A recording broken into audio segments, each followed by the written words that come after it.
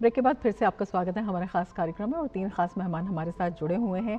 जयंत कृष्णा जी हमारे साथ जो 2 युवा उद्यमी बैठे हुए हैं, उन्होंने बताया है कि किस तरह से यात्रा निकली है उनकी और कैसे उनमें एक नई सोच, नया आत्मविश्वास आया है। यही आपसे समझना चाहेंगे कि पहले जो माहौल था वो कैसा था, उसके बाद ये जो ट्रांसफॉर्मेशन हुआ है इसमें सरकार की नीतियों की कितनी बड़ी महत्वपूर्ण भूमिका रही है, विशेषकर से जब हम युवाओं के स्किल अपग्रेडेशन की बात करते हैं या रिस्क लेने के माहौल की बात करते हैं, एक कॉन्फिडेंस की बात करते हैं, वो किस तरह से बदला है।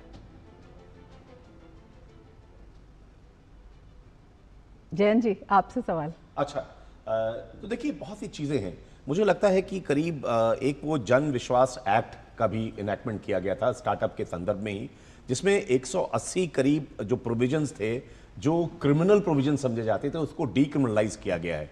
जो कंप्लायंसेस हैं जो स्टार्टअप्स को ज़रूरत होती है, पहले जो कंप्लायंसेस स्टार्टअप्स को ज़रूरत होती थी वही कंप्लायंसेस एक रेगुलर एंटरप्रेन्योर को होती थी। अब उसमें बहुत सा परिवर्तन किए गए हैं और मच सिंपलर हो गया है।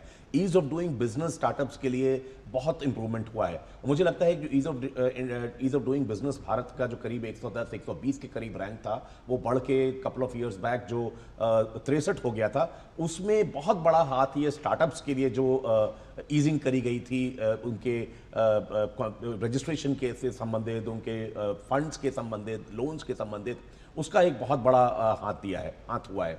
और यही नहीं कि स्टार्टअप्स को आप देखिए, जो हमारे प्रोक्योरमेंट गेटवेज हैं आईडेक्स टाइप की, या सरकारी क्षेत्र में जो जेम पोर्टल है, उसमें भी अगर आप देखिए तो करीब 35,000 स्टार्टअप्स जो हैं वो रजिस्टर्ड हैं और उन्होंने करीब 50,000 करोड़ का बिजनेस सरकार के साथ किया है। तो ये ऐसा माना जाता था कुछ सालों के पहले कि अरे सरकार से तो सिर्फ बड़े बड़े बहुत स्टैब्लिश बिजनेसेस ही बिजनेस कर सकते हैं, लेकिन उस प्रोक्योरमेंट की वैल्यू चेन में स्टार्टअप्स जुड़े हैं, जिससे उनको अपने बिजनेस में फ़ायदा हुआ है और सरकार को भी एक प्रोक्योरमेंट एफिशिएंसी हुई है और ज़्यादा कॉस्ट इफेक्टिव प्रोडक्ट्स और टेक्नोलॉजिकली एडवांस प्रोडक्ट्स मिल रहे हैं। तो हर चीज़ में आप फंडिंग में अगर आप देख लीजिए तो एक वो जो एक फंड ऑफ फंड्स था, उसमें करीब 25,000 करोड़ रुपए का स्टार्टअप्स को फ़ायदा हुआ है, उसको कैपिटल मिली है।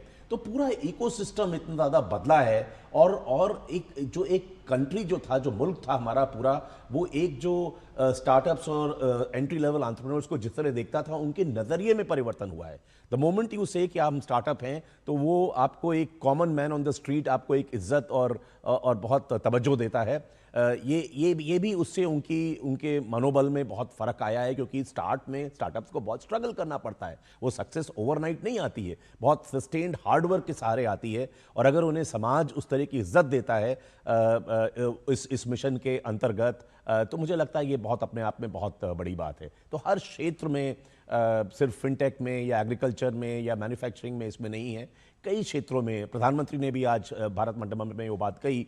कई चीज़ों में जैसे स्पेस टेक्नोलॉजी है, उसमें करीब 200 स्टार्टअप्स ने इंटरेस्ट दिखाया है। ड्रोन्स जो पहले आउट ऑफ बाउंड्स था स्टार्टअप्स के लिए, बहुत से रिडिकुलस प्रोविजंस थे, वो सब दूर किए गए हैं। चिप्स में जो माइक्रो प्रोसेसर का क्षेत्र है, उसमें सेमीकंडक्टर का क्षेत्र है, उसमें स्टार्टअप्स ने इंटरेस्ट दिखाया है। हालांकि उसमें इन्वेस्टमेंट ज़रा लार्ज टिकट इन्वेस्टमेंट्स होते हैं, लेकिन उसी वैल्यू चेन में स्टार्टअप्स को भी जोड़ने की अपॉर्चुनिटी मिल रही है। तो बहुत बहुत आगे हम बढ़ रहे हैं और हमें ये इस गति को और भी तीव्रता प्रदान करनी है। बिल्कुल, अगर केवल भारत को एक परंपरागत क्षेत्र नहीं जो